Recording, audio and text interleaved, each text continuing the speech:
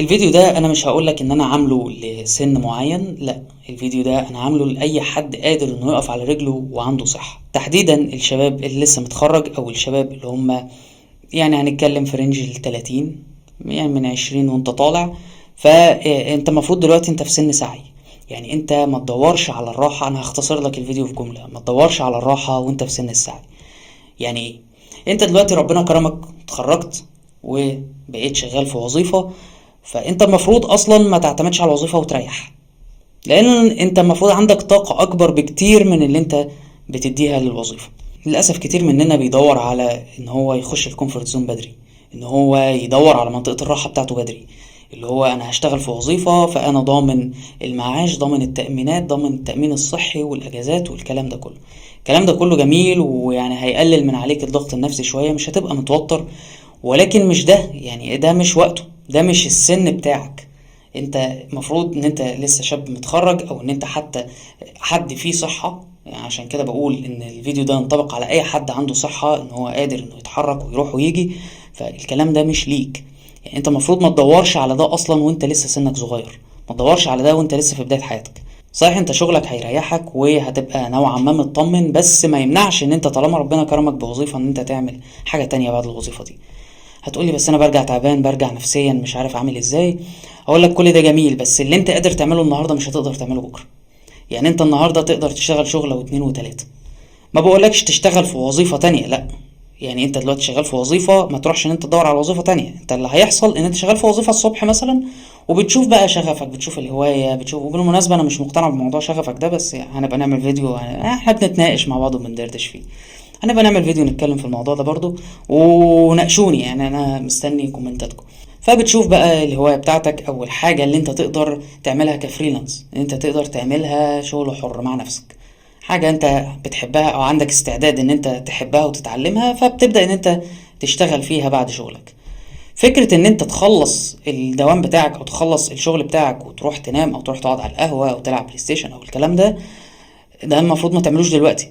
يعني ده انت المفروض تعمله اللي هو انت خلاص بقى انت عملت كل حاجة في حياتك، فخلاص بتحاول ان انت ترتاح، ولكن ما تبقاش انت في سن السعي وبتدور على منطقة الراحة. ما تبقاش انت فيك طاقة ولسه قادر تتحرك وصحتك كويسة، وبتدور على ان انت تطمن او ان انت تبقى ضامن ان دخلك كده كده ثابت، وان دخلك كده كده هو انت هتاخده، وفاكر ان انت كده في امان. وللأسف الوظيفة هي مش امان، لان انت ببساطة ممكن المكان اللي انت شغال فيه يقفل، يمشوا عمالة، يحصل زي ما يحصل. ده مش امان. صحيح الراتب بتاع الوظيفة هو ثابت مش آمن، يعني انت بتبقى فاكر ان الراتب ده آمن، ولكن هو مش آمن، هو ثابت. يعني انت مهما حصل هتاخد نفس المبلغ اللي انت بتقبضه. طيب لو انت واحد حاول ان هو يجازف، وارد جدا ان المجازفة بتاعتك دي تخلق لك شغل تاني خالص، تلاقي ان دخلك من الحاجة اللي انت بتعملها بعد الشغل عدى الشغل بتاعك، عدى دخلك من الشغل بتاعك. في الحالة دي ما يمنعش ان انت تحط طاقتك كلها فيها، وساعتها هيبقى ده الامان فعلا، لان انت هتبقى عملت البيزنس الخاص بيك، هتبقى ضفت لخبراتك وتعلمت حاجة جديدة.